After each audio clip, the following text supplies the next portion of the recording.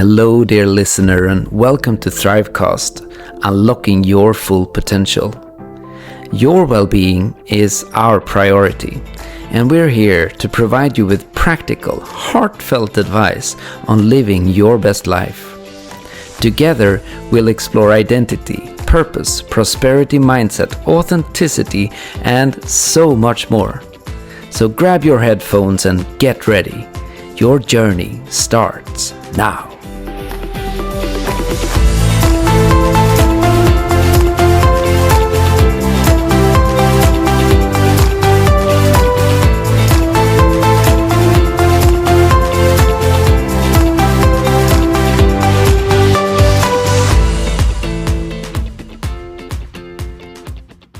So welcome everybody to ThriveCast, Unlocking Your Full Potential.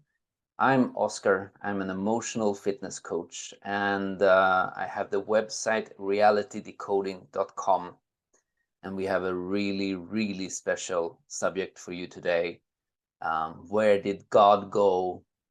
And with me here today, I have Katarina Hanssens, Carlsson. Katarina, introduce yourself. Hi everyone, Katarina Hanssens Carlsson, and I'm the CEO of Destiny International 11, and I'm the blueprint expert, so I can do a blueprint on any area of your life. And today we're focusing on spirituality, and I can do your spiritual blueprint if you're interested. So you can contact me on LinkedIn. We're going to talk about that later. So the subject is, where did God go? If God did go. And it's an interesting subject. I was just talking to Oscar just now. It feels like we're diving into a deep blue ocean. Where did God go? So the first question is, does God exist? So for me, absolutely. Like, does anything exist? If anything exists, God exists. If this table in front of me exists, God exists. If I exist and Oscar exists, then God exists. For me, it's simultaneous. If life is, then God is. So what do you say to that, Oscar? Does God Well, for me, my life has proven that God exists. Like these utter synchronicities that has been throughout my life, the people that have come together, these things that we could say like, ooh, that's just chance, but there's been too much chance in my life to say that God does not exist. And now I've also come to meet and become acquainted to Jesus. Right now we're going into the Bible, so I hope you as a listener is ready, right? Because this is what we're gonna go deep into here.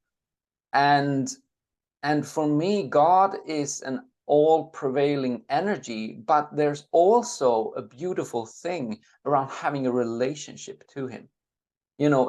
Essentially feeling that you can relate to him as well as you can relate to a human being.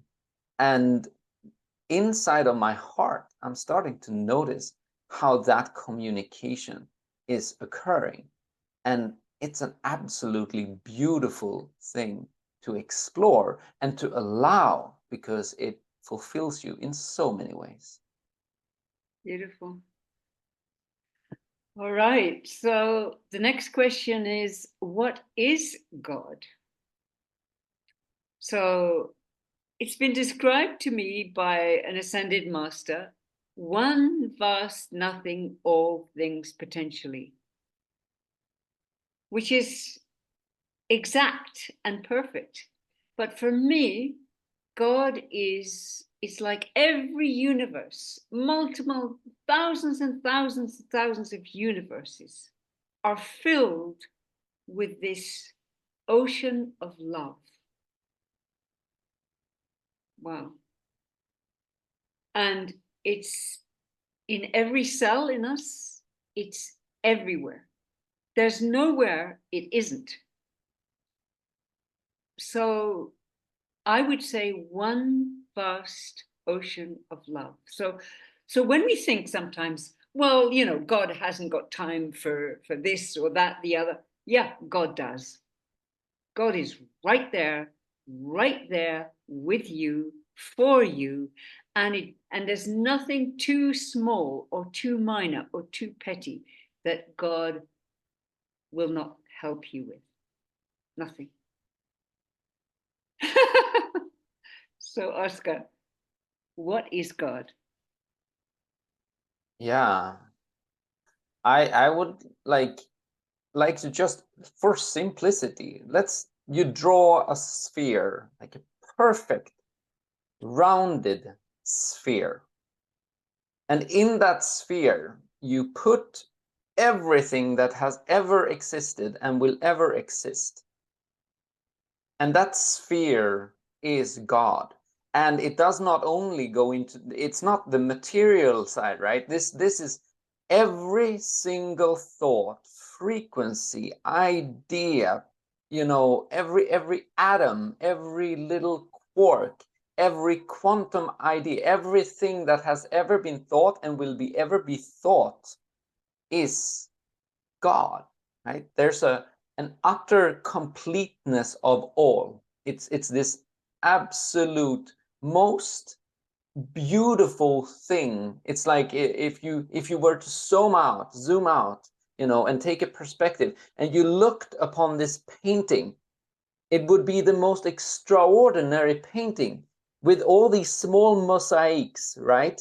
And every mosaic represents a world or maybe a universe, but it's this absolutely glorious piece that you can see because it's all coming together as such a unification. And that is God, and that is what everyone has access to within themselves. And they can have the communication with that, and they can get the answers from that. It's like this massive Google or ChatGPT or whatever that has no what you call it, no sponsored ads to it. You get the truth and nothing but the truth. No limitations. Beautiful. No. So where did God go? If God went anywhere, where did God go? Where did God go? So for many people, God doesn't exist. Many people are atheists or agnostics. And agnostic is someone who says there is no proof that there is God. Agnostic says there is proof there is God. An atheist says there is no God. So for me, God didn't go anywhere. We left God, not the other way around. We turned our backs on God. We thought we could be independent. This goes back millions and millions and millions of years, if not billions, who knows? In my knowledge, originally we were one with God and there was no question. But some of us started to leave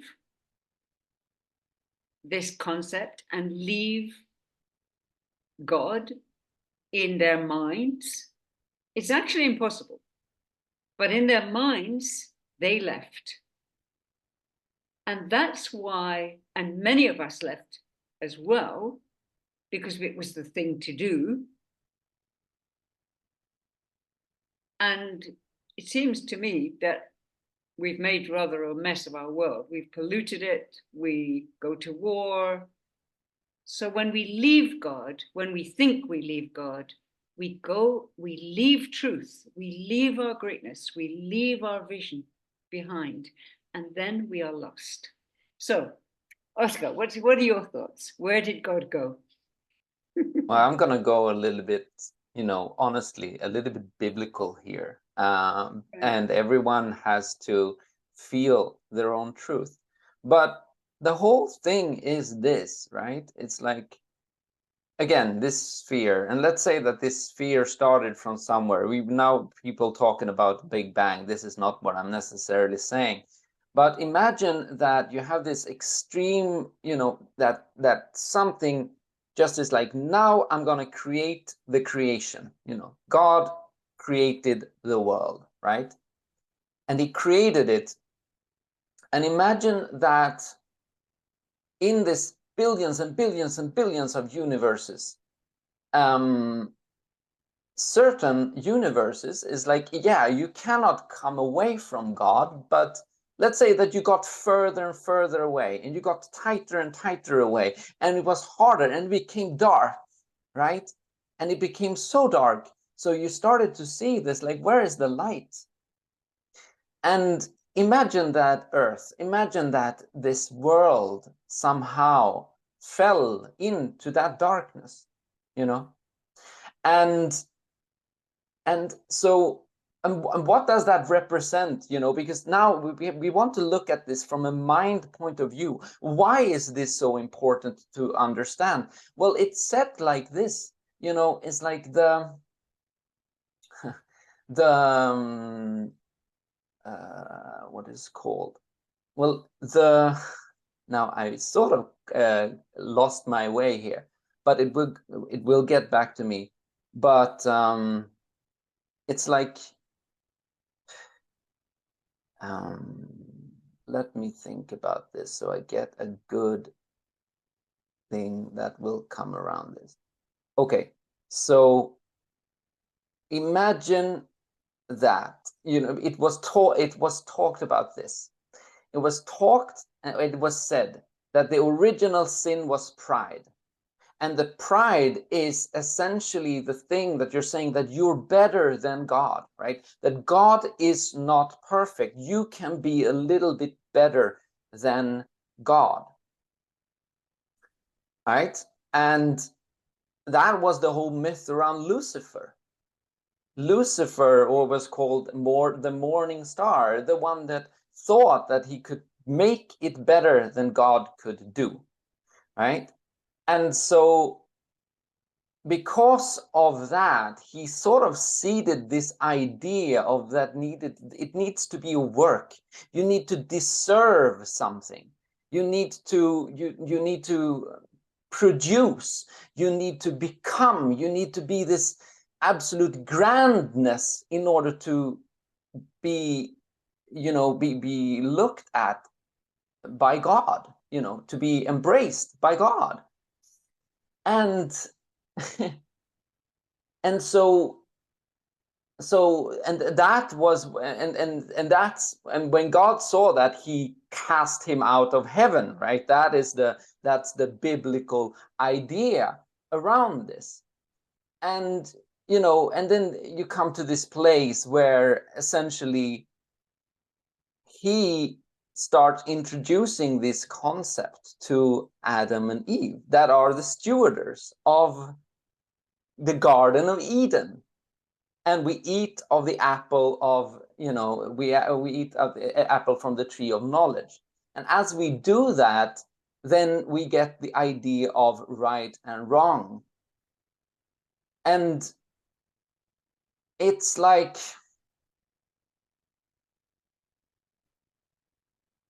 it's like, as that occurs inside of us, as that vastness of knowledge pours into us, we essentially move, or we move away from God. It's like, that was why we got the leaves, right? We put the leaves on because Adam and Eve became aware, and it's like, now we're naked. We cannot be naked in front of God. And it's like we push ourselves away, because as this idea of right and wrong is introduced, then also you start understanding shame and guilt and pain and all of that. And that is that is what causes us to fall into that. And it becomes what is called the original sin. And if you also want to be like, if you want to go into this and like explore it further, right, then it's also saying that what Adam did, he turned over the stewardess or the stewarding of the Garden of Eden, which was earth, to Lucifer. So Lucifer has the right to be the ruler of earth. And it's interesting to look at that. It's like, is that true or is it not true? Well, it depends. But if you look upon it, because people say, it's like, you know what, there's so much war outside. There's so much wrongness. There's so many things. How can that be God's work? Right? Is it God's work or is it not? It's hard to say. But what it said, at least, is that the ruler of this earth, until Jesus Christ came, is Lucifer. And therefore, everything that you see is affected in the thought by that false accuser. And so, where did God go? Well, he didn't go anywhere, but you became delusional in this whole, sphere of energies, and you lost your way, and you listened to worldly knowledge that are influenced by, well, whether you feel it's right or wrong, but let's say that you're looking at it's actually, if it's the devil, then you have to be mindful of what knowledge, what truths do you listen to? And how do you get back to that? Well, they speak of Jesus Christ and they speak of God, but I would argue that it's about you honestly be very open-minded and start asking for God to show himself in your life. This was a long one, but I wanted to elaborate on it. Thank you, Oscar. We all have our beliefs, we all have our influences, and in my view, it's very important to allow people to believe what they choose to believe. All right, as long as it doesn't harm anybody else. Anyway, so my next question is God to blame? I mean, somebody dies and there are people who say, well, God took this child from us, or God took this person from us. I don't agree.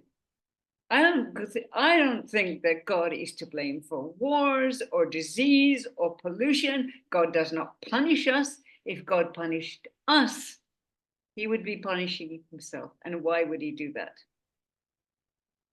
So we are responsible. We're not to blame, but we are responsible for wars, pollution, everything on this planet. Yes, we are. And God is not to blame. God is completely innocent. God has given us free will to murder, to kill, to go to war, to destroy the planet. So God does not intervene unless asked. And then it's not necessarily given. So it's a tricky question, but for me, God is not to blame for anything, but we are responsible. So Oscar, what do you say? Is God Well, to again, yeah, exactly. Now we go back to this. God is not to be blamed, and I would go back to this idea of the false accuser, because you as a listener, you know that maybe when you've been in an argument, or when you've had, when you've been angry at someone, or you've actually gone over someone else's boundaries, right? That you felt maybe some type of remorse. Maybe you felt shameful. Maybe you felt all of these things. And this is the idea, right? You need to be you need to understand that those emotions, first of all, if you do wrong, you're supposed to feel wrong. But the problem is that as a human being, we have a tendency to fall in this idea of unworthiness. And we feel that we are not loved by God. And if you're not loved by God, you start seeking external approval. And you go to the, you do so many things in order to get that approval. And that's why do people, why do I get money? Or why do we trick people? Why do we get that? It's like because money becomes this idea of approval, right? That's why we're saying also money is the root of all evil. It doesn't have to be, but we put it as a substitute of love and many other things as well, right? We put things into our heart that is a substitute for God. Because everyone goes around with a hole in their heart. And that hole can only be filled by God. It can only be filled through your relationship to Him. And ultimately, that's where we're heading. And so that is the problem around this. And if we were now to talk again about the devil, right? He knows that if you have this hole, he can use that hole to accuse you, to shame you, to blame you, to guilt you, to anything in order to make whatever or to destroy you, right? Because ultimately, what is suicide? It is us destroying ourselves because we cannot handle what we're thinking about ourselves, right? So, and when we invite God into that, we actually invite mercy, we invite grace, we invite the understanding that regardless of what I've ever done in my life, I am loved by God. But you need to give yourself permission to receive that love. Yeah. Thank you, Oscar. So I just want to say to everyone, we're not here to convince you of anything. We're not here to say I'm right or wrong about this. We are just expressing ourselves in the subject of God, which is, I feel, almost taboo today. It's almost like nobody talks about that except the church, etc., etc. But it's about time. So we're bringing this subject back. Yeah. Okay, so how do you, we'd like to do something for you. If you would really like to reconnect with God, not necessarily through religion or through the church or through anything, but through you, then what would you do? I would say, number one, love yourself. And that's quite a journey.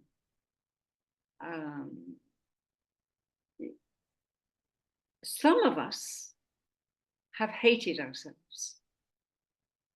And we need to get to that point of self-hate or loathing or that we despise ourselves. When we get to that, we know we're lying to ourselves. That's the inner saboteur. What Oscar would probably call the devil, but I don't call it that. I call it the inner saboteur. So the inner saboteur does not want you to love yourself. Don't love yourself. Love everything that you are, the good, the bad, the ugly. When you do that, you are closer to God. when you listen within, that's number 2, listen within. Deeply, deeply, deeply listen. Have the courage to be alone sometimes. Not to be a recluse necessarily, but to be in solitude and listen deeply to your thoughts. And God speaks to you in a still, small voice. God doesn't shout. Or it could be a feeling. So listen more within. You have a soul within you. Everyone has a soul, whether they acknowledge it or not, that you have a soul and you have a spirit. And the soul, the purpose of the soul is to remember every emotion you've ever had so that you grow in wisdom.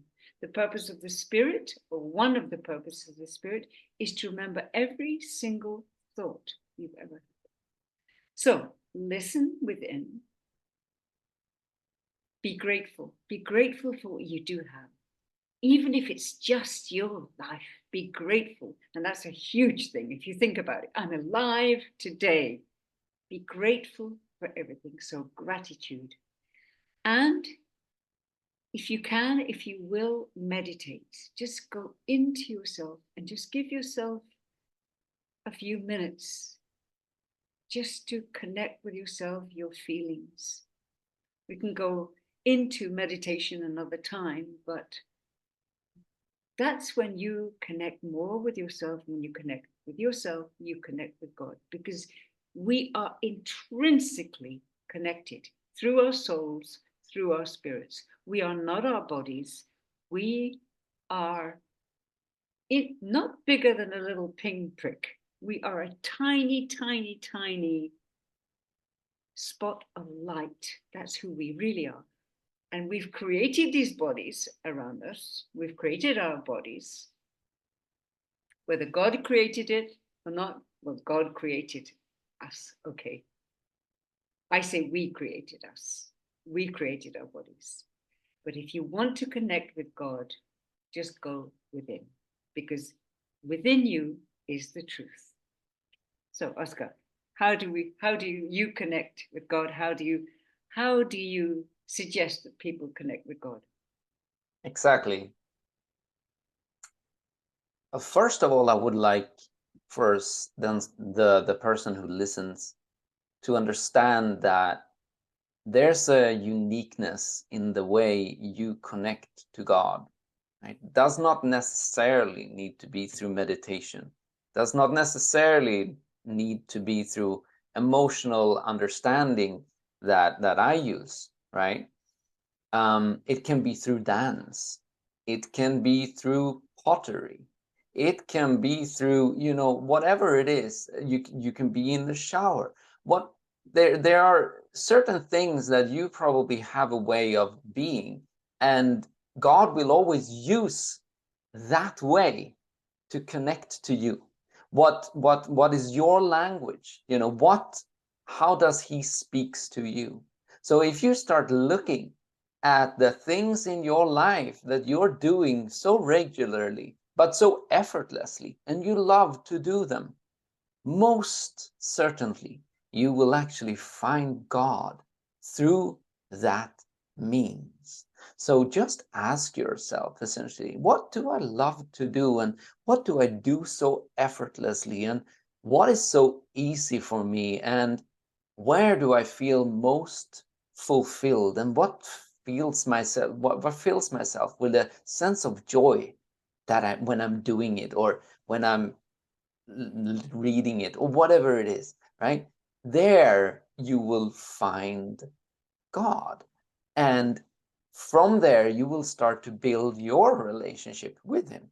Personally, I just sit and I start looking at any area in my life, and I hold it in front of me, and I'm saying, I don't know what to do with this, God, but please, Lord, please, Jesus, please come in and show me what is the truth here, because I cannot grasp it as I am right now, but I know that you do.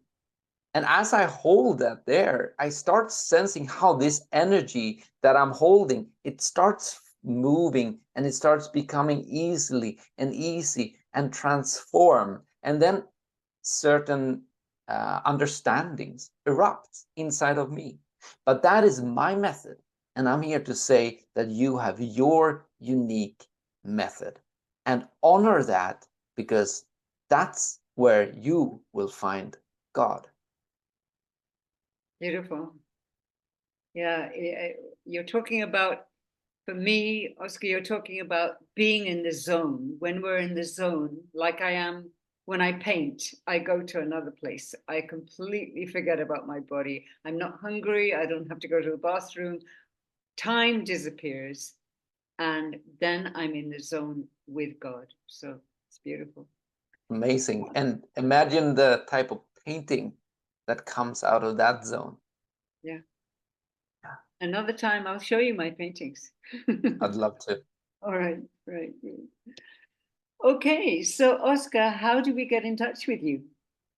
Well, you will reach me through realitydecoding.com, and I have my YouTube channel, Oscar Nygren, and also my Facebook group, Live Your Purpose. And Katarina, how do we get in touch with you? I'm Katarina Hanssens Carlsson. That's my real name and my brand name.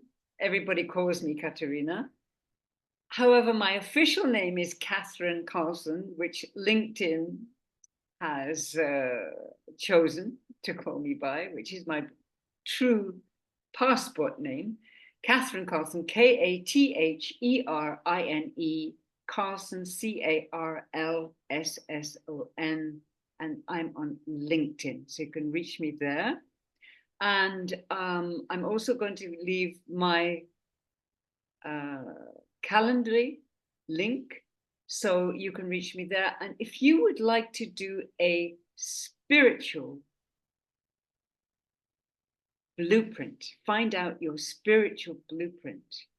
If you want to know your spiritual identity, what your sabotage strategy is in your spirituality, and you want to reframe it, and you want to have a very clear idea of your driving spiritual purpose and your spiritual vision, then contact me. So thank you so much for listening, everyone. Oscar, would you like to say a parting? No, nothing else but saying that thank you for everyone who has listened to the end of this show, and thank you for you taking in this perspective and being so open-minded. We really appreciate you, and know that God is with you, whether you believe him or not, and he will always be there when you're asking for him. Thank you, Oscar. Thank so you. Next week, stay with us and have a great week. Yeah. Take care, everyone.